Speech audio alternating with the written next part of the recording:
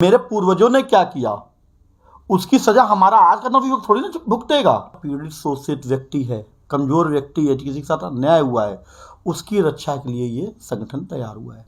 ब्राह्मण समाज के विषय में कहा जाता है ये तो खुद ही आत्ममुग्ध है और पूर्व में कालांतर में जो भी शोषण हुआ उसमें उसकी मुख्य भूमिका रही है, तो वो एक शोषक है।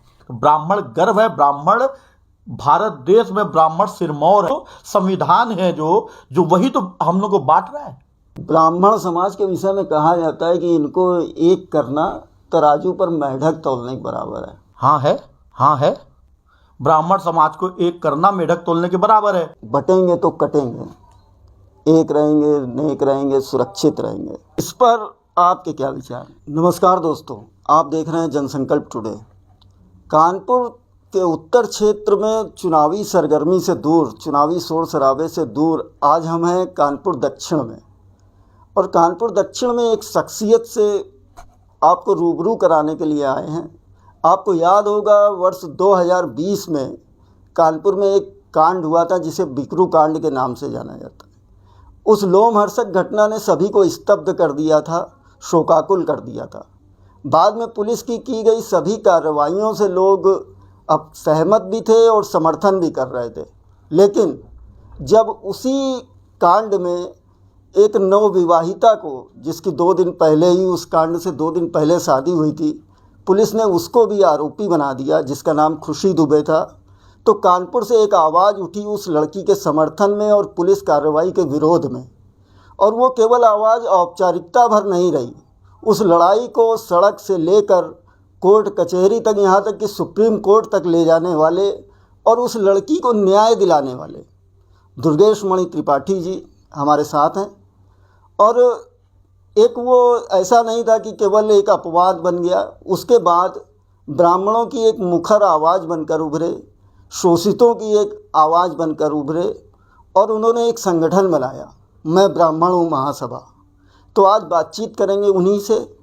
तो सबसे पहला सवाल जो दुर्गेश मणि जी से होगा वो ये कि आपने जो अपनी संस्था का नाम रखा है मैं ब्राह्मण हूँ, ये एक उद्बोधन सा है, एक ऐलान सा है और थोड़ा सा अहंकार का पुट सा है। जय प्रसाद निरोरिया। देखिए, मैं ब्राह्मण हूँ महासभा ईमानदारी से ब्राह्मणों के लिए कार्य करने के लिए बनी है। हम किसी भी जाति का विरोध नहीं करते, किसी का भी विरोध नहीं करते, लेकिन जो हमारे समाज का पीड़ित शोषित व्यक्ति है, कमजोर व्यक्ति है, किसी के साथ अन्याय हुआ है, उसकी रक्षा के लिए ये संगठन तैयार हुआ है। अब आप बोल रहे हैं कि एक उद्बोधन सा, इसमें अहंकार है। निश्चित अहंकार है, आप इसको अहंकार कह सकते हैं, मेरे लिए वो गर्व का शब्द है। अगर मैं जिस कुल में जन्म लिया उस कुल के लिए मेरे अंदर गर्व की भावना नहीं रहेगी, इसका मतलब ये है कि मुझे अपने माता और पिता दोनों पे अभिमान नहीं है, उन पे गर्व नहीं है, उनकी करनी पे गर्व नहीं है, उन्होंने मुझे जिस लायक बनाया उस पे मुझे गर्व नहीं है। बिकरू कांड का जब आपने जिक्र किया, तो बिकरू कांड के बाद से पूरे कानपुर और आसपास उत्तर प्रदेश, पूरे देश में ब्राह्मणों के खिलाफ एक मुहिम तैयार करी गई। भगवान परशुराम जी को गाली दी गई, भगवान के बारे में उल्टा सीधा बोला जाने लगा, हमारे घर की लड़कियों को टारगेट करके बोला जाने लगा। मैंने कभी भी ये नहीं कहा कि मैं विकास दुबे का समर्थक हूँ या उसके द्वारा किए गए कार्यों का मैंने समर्थन किया हो। मैं अपने ब्राह्मण समाज की एक बच्ची, जिसकी 2 दिन पहले शादी हुई थी, जो नाबालिग थी, उसकी आवाज़ उठाई, मुझे टारगेट किया गया, मेरे पूरे ब्राह्मण समाज को टारगेट किया गया, तो मुझे ये बोलना पड़ा। लोग कहते थे बड़ा ब्राह्मण बना घूमता है, बड़ा ब्राह्मण बना घूमता है, तो मैंने कहा हाँ, मैं ब्राह्मण हूँ और मुझे इस बात का गर्व है। तू कौन है ये तेरी पहचान है, मैं ब्राह्मण हूँ, मुझे अभिमान है, गर्व है। अब समाज है, अपने हिसाब से उसकी परिभाषा गढ़ता है, कोई भी चाहे जैसा गढ़ सकता है। आपने कहा आप ब्राह्मण समाज की लड़ाई लड़ रहे हैं। ब्राह्मण समाज के विषय में कहा जाता है ये तो खुद ही आत्ममुग्ध है और पूर्व में कालांतर में जो भी शोषण हुआ उसमें उसकी मुख्य भूमिका रही है, तो वो एक शोषक है। देखिए, ब्राह्मण कभी भी शोषण नहीं रहा, किसी का शोषण नहीं किया उसने। ब्राह्मण कभी शासक नहीं रहा इस देश में, ब्राह्मण ने शासन नहीं किया, ब्राह्मण ने शासन करवाया। दिक्कत ये होती है जिसके हाथ में लाठी होती है उसको गाली देने में लोगों को दिक्कत होती है, जिसके हाथ में कलम है उसको दुनिया गाली दे देती है। ब्राह्मण ना होता तो अम्बेडकर पढ़ सकते थे, ब्राह्मण ना होता तो रमाबाई पढ़ सकती थी, ब्राह्मण नहीं होता तो क्या चंद्रगुप्त मौर्य राजा बनता। तो ब्राह्मणों की परिभाषा तो हमको कोई ये ना कहे कि ब्राह्मण शोषक है, ब्राह्मण शोषण करता है। ब्राह्मण नहीं होता तो इस देश में धर्म नहीं होता, ब्राह्मण नहीं होता तो इस देश में भोजन नहीं होता, ब्राह्मण नहीं होता तो इस देश में शिक्षा नहीं होती। गाली देने पे तो लोग अपने पिता को भी गाली देते हैं कि तुमने मेरे लिए किया क्या। तो ब्राह्मण गर्व है, ब्राह्मण भारत देश में ब्राह्मण सिरमौर है। ब्राह्मणों को तो सबको आना चाहिए, ब्राह्मणों को चरण छू के कहना चाहिए कि पंडित जी आपकी वजह से ही मेरा जीवन इस तरीके से चल रहा है, आप ही मेरे देवता हो। अब ये जो आपने बात की इसमें ये तो तय है कि आत्ममुग्धता का भाव है। जब आज के समय में संविधान सबको बराबर कहता है और जाति पात सबसे बड़ी समस्या बनकर उभरा है, विशेष रूप से हिंदू धर्म के लिए, उस समय इस तरह की बातें आपको लगता नहीं है बंटवारा करेंगे? आप मेरी बात समझिए, संविधान की बात करिए, आप तो वरिष्ठ पत्रकार हैं। कहाँ संविधान बराबर का दर्जा दे रहा है?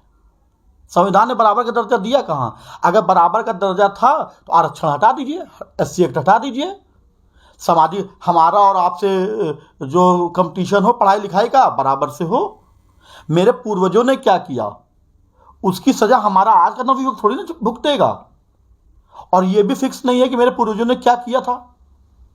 ये तो आप कहते हो ना कि मेरे पूर्वजों ने आपको पानी नहीं पीने दिया, आपको खाना नहीं खाने दिया, आपको प्रताड़ित किया, आपको मारा।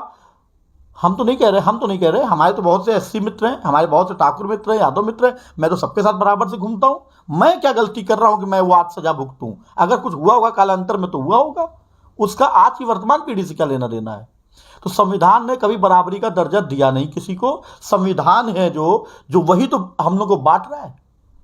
दूसरी चीज आत्ममुक्तता नहीं है, ये सेल्फ कॉन्फिडेंस है। मुझे मालूम है, मेरा ज्ञान है, मैं अपने ज्ञान से लोगों से बात कर रहा हूं ना। आत्ममुक्तता नहीं है ये। आत्ममुक्तता तब होती है जब मुझे कुछ पता ही नहीं है और मैं तब भी बोले जा रहा हूं मैं ब्राह्मण हूं। आप ये कहेंगे कि ब्राह्मणों के अंदर दया नहीं है? आप ये कहेंगे कि ब्राह्मण किसी दूसरे के को भोजन नहीं देना चाहता? आप ये कहेंगे कि ब्राह्मण जाके सबको गोली मार दे रहा है? ऐसा नहीं है। जो अपराधी होते हैं उनकी कोई जाति नहीं होती है और हर ब्राह्मण अपराधी नहीं होता है। आप ब्राह्मण संगठन चला रहे हैं। ब्राह्मण समाज के विषय में कहा जाता है कि इनको एक करना तराजू पर मेढक तौलने के बराबर है। आपका अनुभव क्या कहते हैं? हाँ है, ब्राह्मण समाज को एक करना मेढक तोलने के बराबर है। लेकिन तौल रहे हैं, तौलेंगे। हम अपने कर्मों से क्यों पीछे हटे? हमें यह भी मालूम है कि मेरा समाज जो है, ब्राह्मण समाज जो है, जिस दिन वो एकत्र होगा उस दिन भारत की दिशा बदलेगी। ब्राह्मण सिरमौर है, ब्राह्मण है तभी सनातन धर्म है, ब्राह्मण है तभी हिंदुत्व है। ब्राह्मण के बगैर कोई धर्म नहीं है, कोई शिक्षा नहीं है। जो ये मिशनरीज हैं या वामसेफ हैं या जो ये बहुजन मुक्ति वाले हैं या वामन मिश्राम जी साहब जो हैं, जिनका संगठन आप देखते हो, जो कहते हैं ब्राह्मण विदेशी हैं, ये यही तो चाहते हैं कि जो देश का सिरमौर है ब्राह्मण वो खत्म हो जाए और हम अपनी एजेंडा चालू कर दें, धर्म परिवर्तन चालू कर दें। तो ब्राह्मणों के बगैर कुछ नहीं है। मेढक है ब्राह्मण, तौलना वाकई मुश्किल है, लेकिन तौलने का प्रयास जारी है और सतत जारी रहेगा। त्रिपाठी जी, आप एक एडवोकेट हैं, प्रैक्टिशनर हैं और कचहरी में आता जाता रहता हूँ, आपकी अच्छी प्रैक्टिस है। तो एक ये जो आपका पेशा है, जॉब है, ये समय बहुत मांगता है।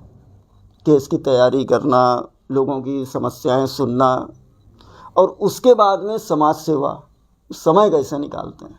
देखिए, 5 घंटे सोने के लिए चाहिए, बाकी ईश्वर ने पूरा समय काम करने के लिए ही दिया है। पेट पालने के लिए, आजीविका चलाने के लिए वकालत करता हूँ और परिवार तो पूरा ब्राह्मण मेरा है, उसी परिवार के लिए वकालत करता हूँ। तो कोई बहुत, मैं जैसे मैं अपने 2 बच्चों के लिए काम कर रहा हूँ वैसे मैं अपने समाज के लिए काम कर रहा हूँ। इसमें मुझे कोई भी दिक्कत नहीं है। थोड़ा स्वास्थ्य है, थोड़ा दिक्कत हो जाती है कभी कभार, तो ईश्वर हैं, जब तक चलाएंगे तब तक गाड़ी चलेगी। उनकी आज्ञा के बगैर तो कुछ नहीं होना है। पूरा पर्याप्त समय है मुझे समाज के लिए। चूँकि अब आप एक कानपुर में तो मान ही लीजिए कि आप एक महान हस्ती हैं, लोग आपके विषय में जानना चाहते हैं, तो थोड़ा सा अपने पारिवारिक पृष्ठभूमि के विषय में बताएं। अब पारिवारिक क्या, देखिए हमारा पूरा संयुक्त परिवार है। मेरे परिवार में आज तक चाहे हमारे चाचा लोग हों, और सब लोग ऑर्डिनेंस फैक्ट्री में रहे। मेरे 2 भाई हैं पर्सनल, दोनों विदेशी कंपनियों में हैं। मेरे पूरे परिवार में मेरे जितने भी छोटे भाई हैं, चाचा, सब लोग यूनाइट हैं। हम लोग के यहाँ चूल्हा नहीं बटा आज तक। तो भाई मकान किसी का अलग अलग है, तो वहाँ पे अपना जो भी है, लेकिन जब हम लोग एकत्र होते हैं तो हम लोग एक साथ बैठते हैं, एक साथ खाते हैं, पीते हैं। तो मेरे परिवार में मेरे पिता ने, मेरे बाबा ने एक सोच देके गई, वसुधैव कुटुंबकम, कि जो दुनिया हम लोग सबको प्रेम करते हैं। मैं अपने परिवार में सबसे उदंडी, सबसे शैतान व्यक्ति हूँ। बाकी आप लोग जानते होंगे, मेरे भाइयों को नहीं जानते लोग कि ये मेरे भाई हैं, क्योंकि सब शिक्षा का ही माहौल है। और ईश्वर के आशीर्वाद से मैं बहुत सौभाग्यशाली हूँ कि मैंने अपने माँ पिता के घर में जन्म लिया, और हर जन्म में मैं यही चाहूँगा कि यही मेरे माँ पिता रहें, यही मेरे भाई बहन रहें। बहुत सुखी जीवन है मेरा, मुझे कोई तकलीफ़ नहीं है, हर तरह से संपन्न जीवन है, और उन्हीं लोगों की प्रेरणा से आज हम समाज के लिए कुछ कर पा रहे हैं। एक आपको लेकर लोग आरोप लगाते हैं, आप महत्वाकांक्षी हैं, आपका कोई हिडन एजेंडा है, कोई मिशन है जिसके तहत आप ये सब कर रहे हैं। हाँ, मैं महत्वाकांक्षी हूँ, और लेकिन मेरा हिडन एजेंडा नहीं है। मेरा खुला एजेंडा है कि इस युग में विभीषण मार देंगे। मैं फिर कह रहा हूँ, मैं भगवान राम को अपना आराध्य मानता हूँ, मैं उनकी पूजा करता हूँ, लेकिन अगर विभीषण नहीं होता तो रावण की भी बात लोग जान रहे होते कि रावण ने असलियत में क्या किया था। चूँकि मैं वकील हूँ, मुझे तर्क से चीज़ें आप समझा सकते हो। आप मुझे बाकी चीज़ नहीं समझ में आती, तार्किक बात करिए। मुझे बस ये लगता है कि जिसके पास ताकत होती है, जो युद्ध जीतता है, उसी का इतिहास बन जाता है। जो हार जाता है वो अपराधी या क्रिमिनल या रावण बन जाता है। तो हिडन एजेंडा नहीं, ओपन एजेंडा है। इस युग में विभीषण मारेंगे, और बाकी फिर ईश्वर की माया जो जाएगा।